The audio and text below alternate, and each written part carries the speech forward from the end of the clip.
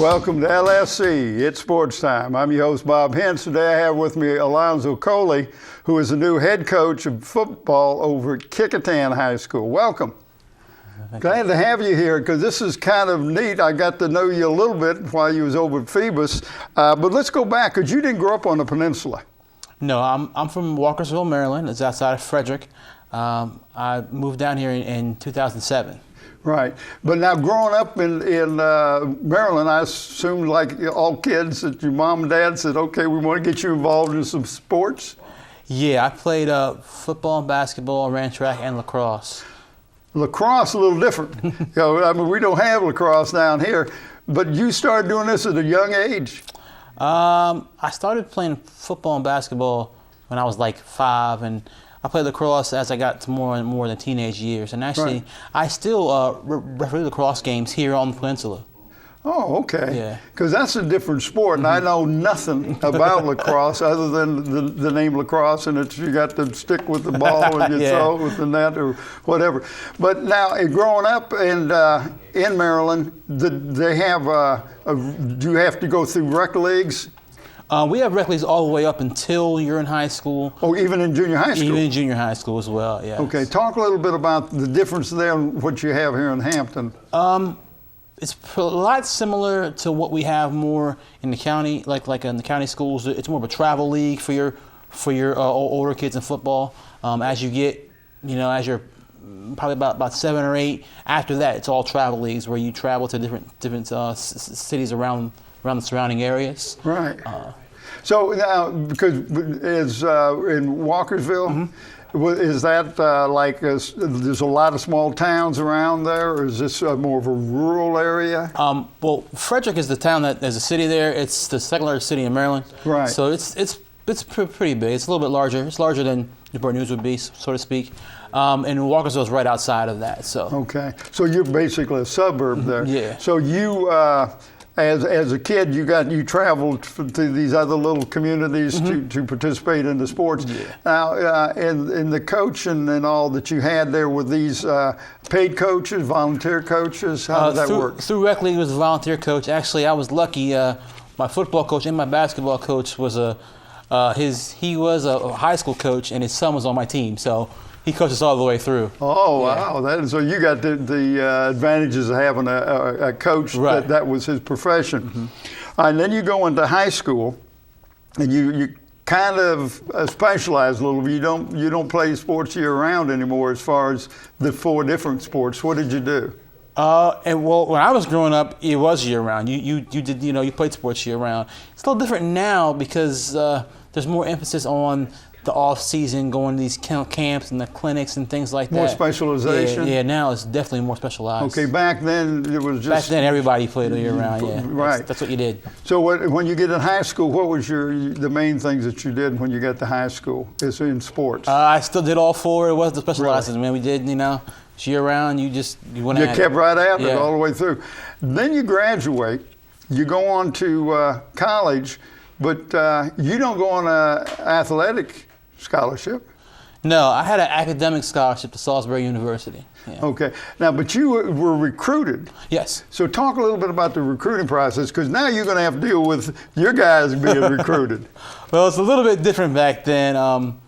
It's just a couple of coaches would come by and they talk to you, and then, you might visit some schools. But now it's a much longer process. These kids get recruited much earlier than it was when I was in high school. It's much more intense. Actually, they start looking at some students at, 9th grade, and even 8th grade, some kids, Wow. So it's a much earlier, much longer process these days. Right, because I remember we had Chris Fenwood in here, who was the new baseball coach at Old Dominion. He says, used to be you wait till the senior and the baseball season's over and you go see him, recruit him. He said, now if you don't talk to them as 9th and 10th graders, right, yeah. They're already locked up somewhere else. Yeah. So it is a different process. Now, what will you do to help protect your kids during the recruiting process? Because there's a lot of places they can fall off the wayside. Well, a lot of things is you got to inform them, give them information, because there's a lot of people and sources that are giving them misleading information, So right. You got to inform them and their parents early. Try to meet with the students and their parents as much as possible so they understand how the process is going to work and how we're going to attack it. Right.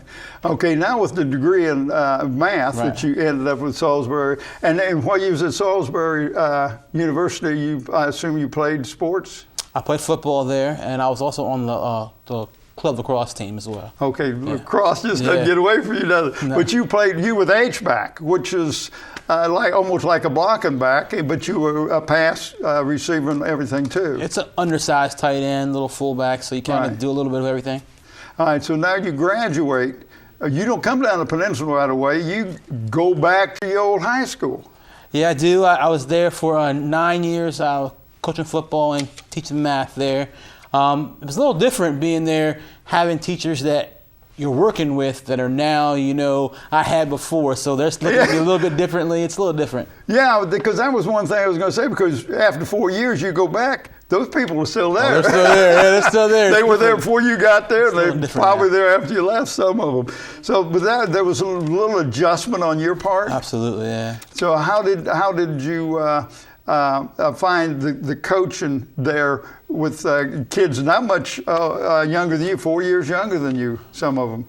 I think it helped me out a little bit because I kind of knew some of them, or I knew their families, Right. So I kind of knew about them or about their families. So that kind of gave me a little bit of an insight because I had a little more connection with those kids. Right. So you were there for how many? 9 years? 9 years. And during that time, was football your main focus? Or? It was. Mm-hmm. Okay. And what were your duties when you were there? Were you head job or what? I was assistant head coach for 5 of those years. I was the head JV coach, and I also took over the responsibilities in the press box doing adjustments at halftime. Okay. So now you come down here because your wife's from Newport News. Yeah. So we get you down here. And then what do you do when you come down here? Where do you find a job? Well, actually, my best friend from college was my college roommate. He came down here to teach at Woodside in 1998. And he was trying to get me down here the whole time. Okay. And he was friends with my wife. So I met my wife through him. I come down here, and one of our mutual friends was the principal at Phoebus. So he kind of got me. He said, hey, come down, check us out.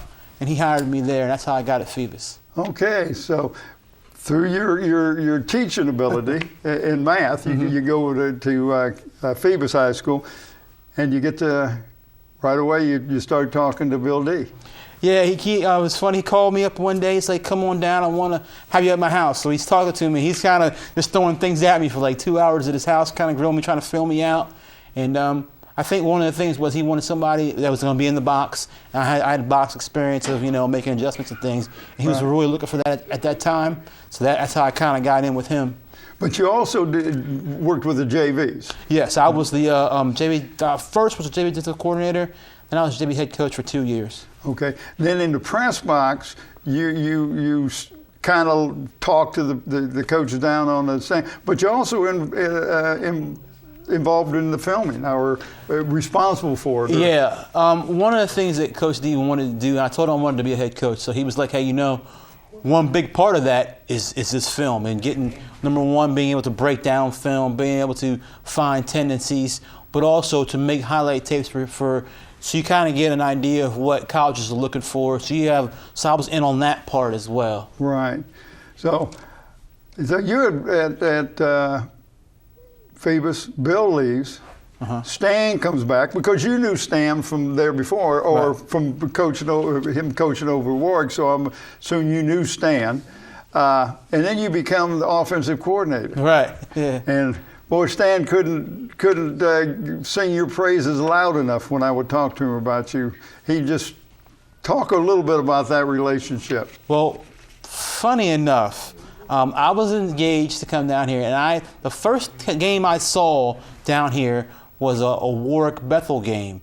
I was up in the press box up at Todd Stadium, and I came down and met Bill Nettles, who was an announcer over at Todd Stadium. I was his guest, and I met Stan that day. And Stan probably doesn't remember this. I met him, and I told him I was coming down. I was wanting a job. He's like, oh, nah, I'm all full. So then I ended up going over to Phoebus. Yeah. So then when he came back, I told him, I was like, hey, remember that.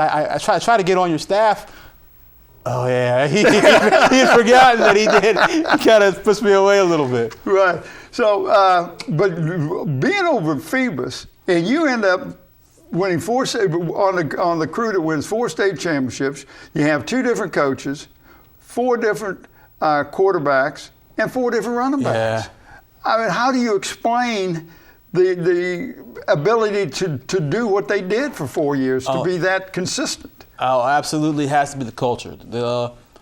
Our kids over there work so hard, and and have a expectancy that, hey, you know what, the kid behind me knows of what's supposed to happen. It's kind of it's a model that's set for everybody coming up. You know what you're supposed to do coming in the door. You know how it's supposed to be done, and that's one of the things I want to take over to Kickerton High School, was that expectation of what's supposed to happen. But it must make you feel good to be involved, have a part of 4 state championships. Oh yeah, it's special. It definitely is. The first one, was it the most special, or each one is special in its own way?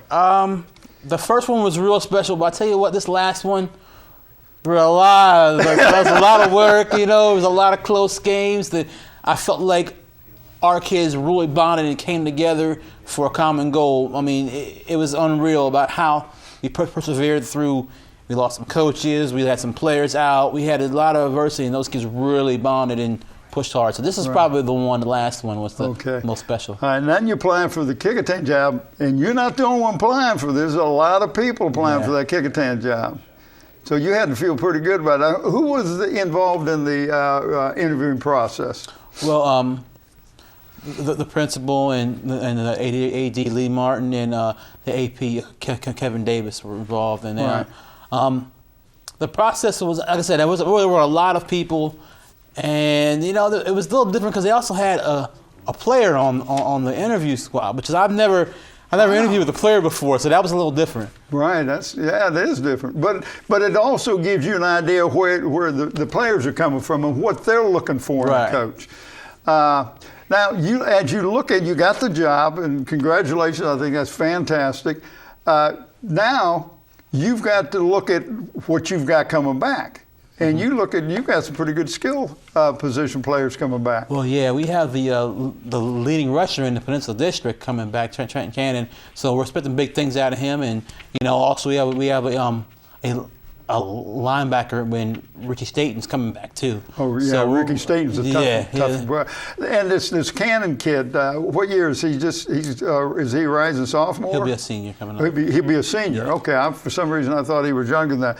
So, but you feel like I'm assuming you've met with the kids already? Mm-hmm, I have, and I kind of just laid out to them what I expected, some things, and we're going to get started up here next week on the 31st. Okay, so you're going into the weight program, I'm assuming, is what you're going to do. And now who's going to run the weight program, the weight room for you? Corey Thomas has done a good job with them the last couple of years. He's going to stay on and do that. He'll be on staff as well again this year. So have you basically going to keep the staff that was there? Dan Thompson going to stay with you? Dan Thompson's going to be on staff with me, and also Jose Negron's going to be on staff. He was there before. Right, he was there last year too. Yeah. So now, as you're looking towards the future, how are you going to? Because and I've heard this from coaches. There's some good athletes just walking the halls. So how are you going to get them out? Well, one of the things is I'm going to bring some of that Phoebus thing with me. I'm bringing Greg Narva with me as well. He's coming over to be with this coordinator. So I'm going to show them, hey, we're serious about football. We're serious about being a part of their lives. And one thing, got to beat the hallways down and start asking teachers, hey, no students or whatever. Start getting out into some of the rec league programs and the middle schools, talking to those people there. Well, one place you need to go. And it's over the Big Wallace Barbershop. Yeah. Because they know what's coming up through the rec league. And then, when we go over there, we talk to Big Wallace too. We're going to kind of wrap this thing up, but talk a little bit about your philosophy and how you come about it. Well, being here for the last 5 years, I learned a lot from the last 2 coaches. I mean, Coach Steves was meticulous about details, and you got to be prepared. And that's one thing I'm big about, is being prepared. taking a lot of time to make sure that, we're ready to go. Everybody understands their role. I learned a lot from Coach Sexton, because he was really about the relationships and making sure everybody feels their part, and, kind of getting to building that unity, and that's Right. one thing. Yeah. And when I was back home, I learned a lot about being patient and setting things up, and how to do that. My first job was a wing T program, so it's a little bit different. So Right. you got to kind of know the aspects of everything. So I've learned a lot about that as well. Well, congratulations. Glad you came over and talked to me. Oh, thank you for having me. I want to thank you for tuning in to LSC and Sports Time. I want to thank my special guest, Alonzo Coley. I'm your host, Bob Hintz. Until next time.